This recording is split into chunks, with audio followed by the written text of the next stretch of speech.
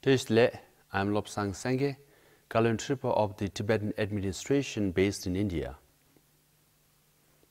As Chinese everywhere were celebrating the first couple of days of the Year of Dragon on January 23rd and 24th, 2012, Chinese police fired indiscriminately on hundreds of Tibetans who had gathered peacefully to claim their basic rights in Thago, Serta, Ngaba, Gyarong, and other neighboring Tibetan areas. 6 Tibetans were reportedly killed and around 60 injured, some critically. Because of gruesome acts such as these and the systematic repression of Tibetans, the resentment and anger amongst Tibetans against Chinese government has only grown since the massive uprising of 2008. Ever since the invasion of Tibet, the Chinese government has claimed that it seeks to create a socialist paradise. However, basic human rights are being denied to Tibetans, the fragile environment is being destroyed, Tibetan language and culture is being assimilated, portraits of His Holiness the Dalai Lama are banned, and Tibetans are economically marginalized. Tibet is in virtual lockdown.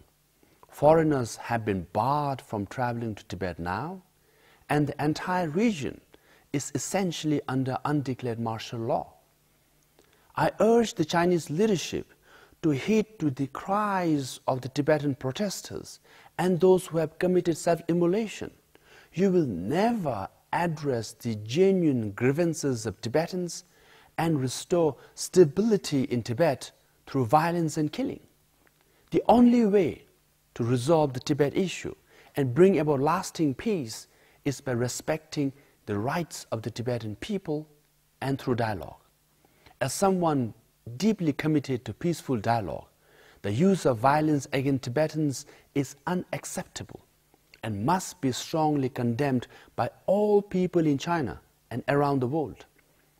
I call on the international community to show solidarity and to raise your voices in support of the fundamental rights of the Tibetan people at this critical time. I request that the international community and the United Nations to send a fact-finding delegation to Tibet, and that the world media be given access to the region as well. The leaders in Beijing must know that killing its own quote-unquote family members is in clear violation of international and Chinese laws, and such actions will cast further doubts on China's moral legitimacy and their standing in world affairs. I want to tell my dear brothers and sisters inside Tibet that we hear your cries loud and clear. We urge you not to despair and refrain from extreme measures. We feel your pain and will not allow the sacrifices you have made go in vain. You all are in our heart and prayers each and every day. To my fellow Tibetans, I request you not to celebrate Losar, Tibetan New Year, which falls on February 22nd this year.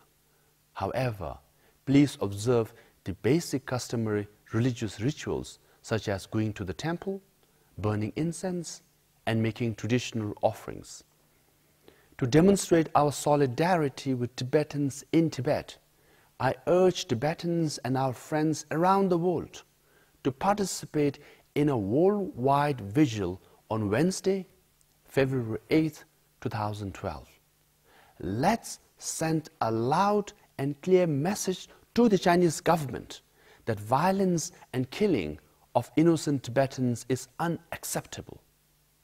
I request that everyone to conduct these vigils peacefully in accordance with the laws of your country and with dignity. Thank you.